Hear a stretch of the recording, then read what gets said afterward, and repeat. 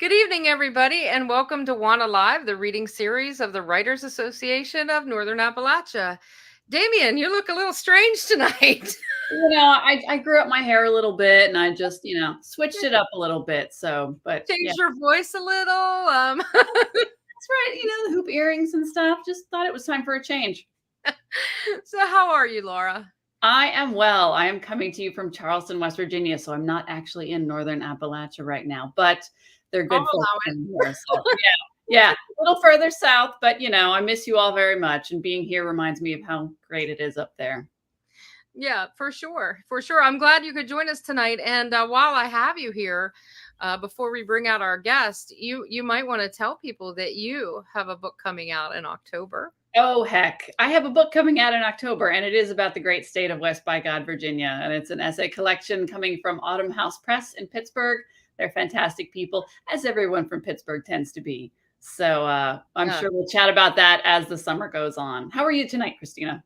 I'm good. It's lovely and hot and sunny, and I got to go swimming today, and that everything is good in my world. So outstanding. All right, so I'm going to introduce everyone to our writer tonight, and I'm so excited. I've been wanting to have him on for a while because I really love his work, and we'll hear from that tonight. So Chris McGinley recently completed a tour for his novel, Once These Hills, which is such a great title, where he debuted the book with Wesley Browne at Joseph Beth Booksellers in Lexington, Kentucky, which I think is in pretty close competition with Joseph Beth's in Cincinnati, which is probably my favorite bookstore altogether. And concluded with an Authors in Conversation event with David Joy, another fantastic Appalachian writer. Silas House said, Once These Hills is a powerful literary thriller that often reads like an ode to Appalachia itself. Every sentence is lyrical. McGinley writes film and literary analysis for LitHub, Deep South Magazine, Mystery Tribune, and many other outlets. Before Once These Hills, he published a collection of crime stories set in Appalachia called Coal Black, which is such a great title too, through Shotgun Honey Books in 2019. He lives with his wife in Lexington, Kentucky, where he teaches, and you won't believe this, he teaches middle school. Such a brave man. Wow. That's a brave choice. We salute you. We are the parents of middle schoolers. So skibbity. Yeah, skibbity toilet, Yeah, that's right. Real. Wait, Riz. Or I get them confused. We're cool. We're definitely cool. Yes. So how are you this evening, Chris? Oh, I'm really good. Thanks for having me on the show. I'm really pleased, and I'm delighted to be here. Thank you. So what will you be reading from tonight? I'm going to read the first about 4.5 pages of my novel, Once These Hills, which Excellent. Is the on Shotgun Honey book, and I'll set it up, the setting and situation, if you're ready for that. Yes, absolutely. We will be back when you're finished. All right. This novel is set in round about the turn of the 20th century. That is to say, 1900, and in the beginning of this novel, it's set in Eastern Kentucky, and in the beginning, a girl, the main character Lydia, she's just 10 years old, and so that's really all one needs to know at the beginning here. Blackboard Mountain is the fictional name of the community. It's a hill community, not a valley community, a hill community of drovers and farmers who are still living in a kind of traditional way. And so the beginning of the novel, it's 1898 in Eastern Kentucky, and Lydia, the main character, is out with her father, just hunting around the woods and trekking about. Lydia was just 10 when the bog woman entered her life. She and her father had been gathering moss for a bed tick when they came across something strange, an oval depression in the earth, roughly rimmed by a set of heavy stones. Her father decided to take a closer look. He cut away a dense layer of moss. The sweet smell of the wet soil underneath filled the air. Then he began to wrangle the stones. For just a moment, he and Lydia thrilled over what they might find. Maybe it's buried treasure, Lydia said. She worked the dark soil with her little hands. Her father laughed. Maybe, Lydia girl, maybe. But there would be no treasure. The hand appeared first, the dark finger and knuckles. It startled Lydia's father, and he ordered the girl to move back, to wait on him by the bog's edge. When she lingered, he got firm with her. "Now," I said. His first impulse was to sweep the earth back into the hole, to set the stones back in place and leave. But then he began to wonder about things. Why was a body buried here in the bog, and in so shallow a grave with no real marker? Maybe someone's lost kin is in the ground right in front of him. Someone killed and buried far away from his home place. His mind raced. In the end, he decided he'd remove the earth and see what lay beneath. Maybe he would solve the mystery of a missing loved one. It wasn't long before Lydia had crept near again. Her father poked around the edges of the corpse, and though he told her twice to stay back, the girl simply wouldn't listen. She could see it now from where he stood, the shape of a body in the shallow grave covered in fragrant black earth, the hands and arms visible on top of the chest. And then her father swept away the dirt from the face. It was a woman. Like her father, Lydia wondered who she was, this person up on the bog where no family plot could ever sit, where no cabin could be built. And a thought came to her then, a feeling as much as a thought, really. Maybe the dead woman was outside of people. Maybe she was of the woods, of the trees and streams, and of the creatures who lived here. It was just a feeling more than anything, though. "You shouldn't see such things, Lydia," her father said. "I seen a dead body before," she said. "Papaw King, remember?" She sat on her haunches and watched her father remove the earth by the handful. Eventually, she began to scoop out little mounds of dirt around the form. Her father shook his head, but he let her be. This was his doing anyway. He was the one who had decided to remove the earth, to look for the buried treasure of his daughter's imagination. He was the one who had taken her along to collect moss and to check the traps, to do men's things, and to take her away from her mother and from the work around the cabin. And it wasn't the first time either. If Lydia was more boy than girl, it was his doing. He wasn't sorry for this, but at times he wondered if he had made a mistake in making a 10-year-old girl his companion in the woods. She had a fondness for the trees and the animals now, for the rocks and the streams, for the cool, thin air, and for the smell of the forest earth. It was the same with him when he was her age. Such things could not be undone. But nor could the bog grave be undone. Not now. And there was something else in there, too. Not exactly the buried treasure they had imagined, but something precious even so. Her eyes wide, Lydia lifted a stone axe from the grave. She ran her finger along the edge of it, and as she held it, her father poured water from a gourd and washed away the dirt. She could see how the blade had been hafted with rawhide around a hole where it fit into a piece of hardwood, dark and smooth from use. Hickory, maybe, she thought. She would ask her father, but not now. The water had cleared away the dirt to reveal the tool, and how finely it was made. How perfectly weighted it felt, even in her small hands. The axe was more than what it appeared to the eye, she realized. Words could wait. She ran her finger along the edge again, and then touched the piece that protruded through the hole. "The pole's just as sharp as the blade," she said. Her father took Lydia's hands in his own, and together they held the axe. "It's pretty, isn't it?" he said. She placed the stone head in the flat of her little palm and felt the coolness there and the surprising smoothness. "This is lighter than our axe," she said, lifting it up and down, "and smaller, too." "Heavy enough to do damage, by God," he said. She looked up at her father. "Maybe it was made for a woman," she said. "Maybe." She drew the head flat across her forearm. "I wonder what an axe like this was used on." "Likely used on all sorts of things. To make other tools, I reckon, just to do everyday work." She swept the hair from her face and left a black smudge on her forehead. "Do you think it was used on people?" she asked. "Like a weapon?" "It's untelling, and I'm not even sure how old it is." At first, her father figured the body had been recently buried and yet hadn't decomposed. But the skin was tawny and stretched taut over the high cheekbones. There were age lines above the lips and at the sides of the eyes. The fingers, too, showed the lines on the knuckles and on the back of the hands.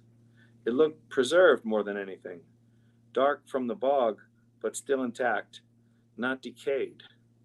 The soil must have something to do with it, he figured, but he wasn't exactly sure.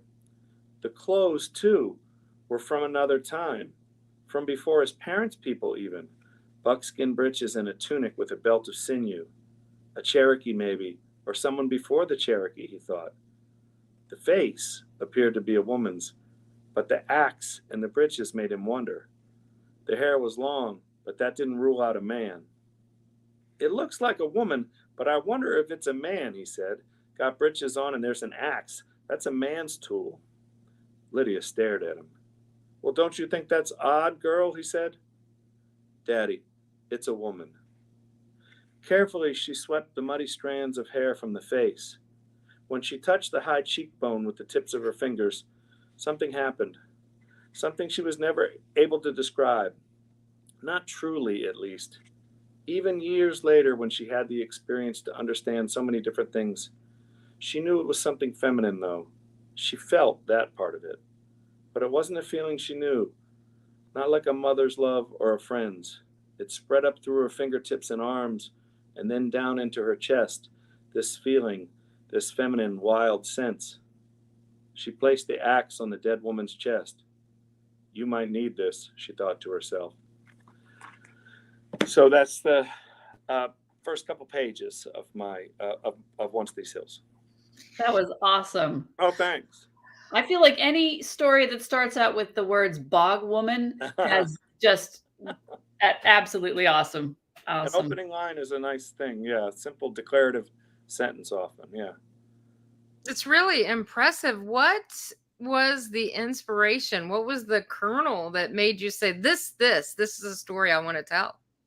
I was reading about some Irish or some bog bodies in Europe and Ireland from different periods of antiquity, and I thought that was a cool device, and I wrote a story in my novel, my collection called Coal Black, about a body that's found, and I thought, and the coal company claims this body and tries to make money from it, and I thought it would be a useful way just to start the novel, but I didn't really know that figure, the bog woman, would figure critically throughout until I began to write the book. And some of that stuff appears in various Appalachian literature here and there too. So, I read a lot, pretty deeply in Appalachian literature, and so it comes from just a constellation of other sources that I've read, different novels and such. Well, I mean, and it's like, with the wreck of the Edmund Fitzgerald, when the bodies don't deteriorate because it's so cold, and bogs are obviously different, but we know that they preserve all kinds of things in a bog. Like there was Cheddar Man and Pete Down Man and all these different people. I am also aware of the bogs, but I find that really interesting, especially given the deep connections between Ireland and a lot of Appalachia, and the connections to not just with culturally, but we know with the Carpathian Mountains and all these that's right connections. That is a cool way to sort of bridge that and cement those connections even further with a story like this. Yeah, thank you. I there's a lot of folklore in this novel that appears in different places. A couple other elements in there. I like that Lydia is pure curiosity. I mean, I was thinking, gosh, I spent my childhood in the woods with my dad too, but I'm not sure that's the reaction I would have if I came across a bog body. But clearly she's a special kid. There's no hint of fear or anything. It was just let's explore this bog body. Yeah, I wanted to create a character that is truly of the woods as much as outside. So I actually workshopped the first chapter, a couple chapters of this novel under Silas House at the Appalachian Writers Association, and I from there, after establishing that character, I wanted to create that kind of interiority for her that sort of suggested how much the woods were a part of her. Mm-hmm. You know, it's Laura, you and I have spent too much time together because I was thinking about you and your dad.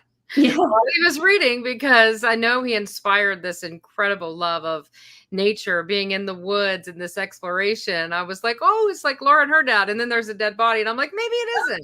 Yeah, great turn. But yeah, that's what I was thinking too until I heard the word bog body. But then I thought, wouldn't that be an interesting twist? Yeah. There are a couple of fathers and daughters in this novel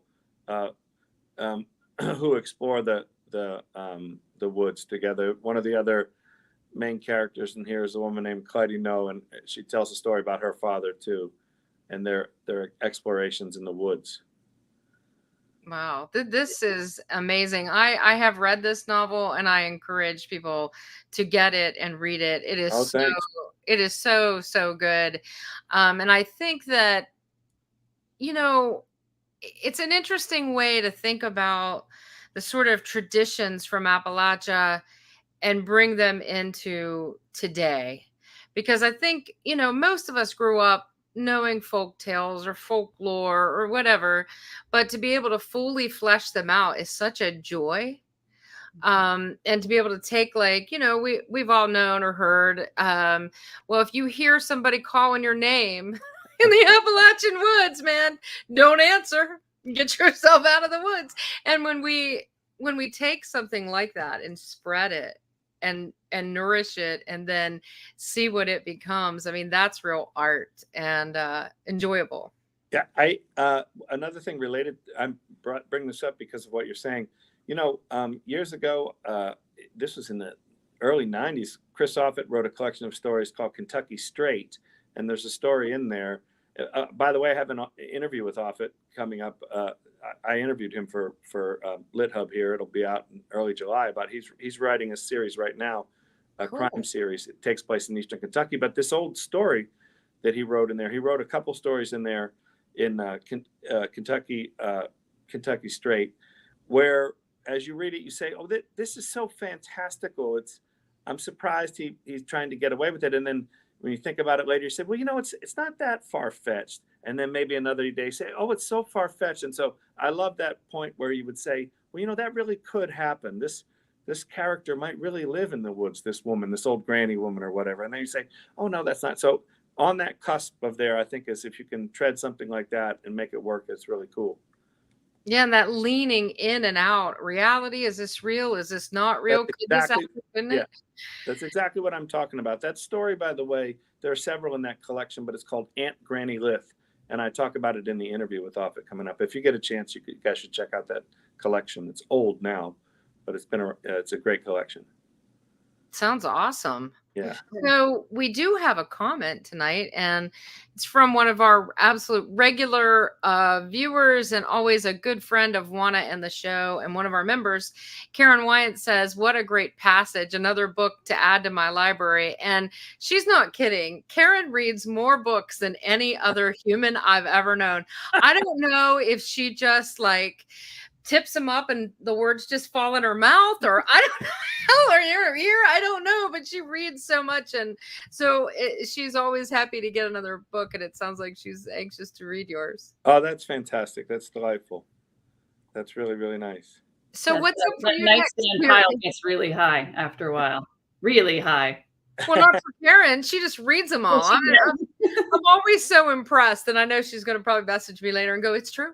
But so, what's up next for you, Chris? What are you working on? I have a novel a manuscript that I finished. It's again a historical thing, but it's more of a I'd call it a historical horror novel about some nuns in the late 19th century in a convent in Western Massachusetts, and they're beset upon by a creature, you know. So it's fantastical, but it's rooted in a lot of stuff about Saint Teresa, and I got interested in the mystics in some of the saints and such, and so there's that. But back to Appalachia, there are a couple stories from Coal Black where the sheriff character appears named Curly Knott, and it's in around about 1980, and he's a Vietnam vet who's come back to the hills of Eastern Kentucky, and he's a sheriff. And so I have manuscript that I'm finishing with him, with that character right now.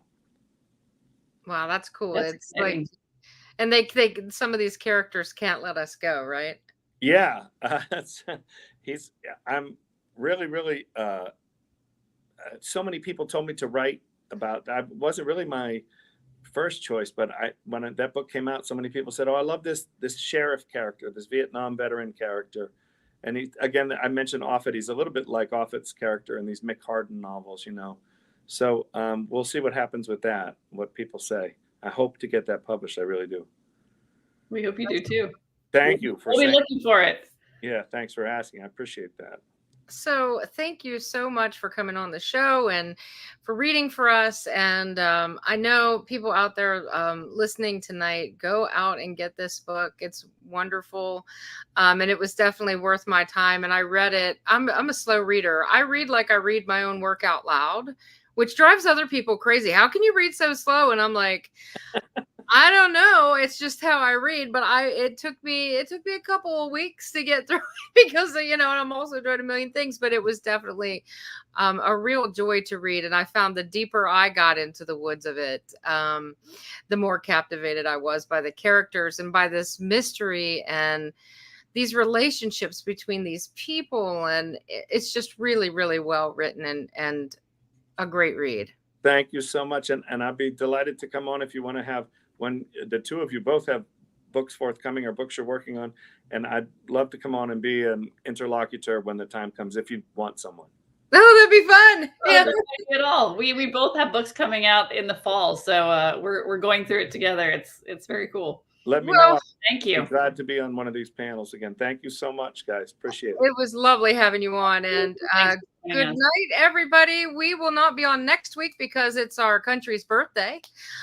So we thought we'd taken the 4th of July off, but we'll be back after that with an all new writer, and we'll see everybody then. And thank you, Laura, for being my co-host in Damien's absence. My pleasure. Happy to fill in. Thanks for having me. He's somewhere around Tennessee, he said. So I'll see you all later. Good night, everybody. Everybody.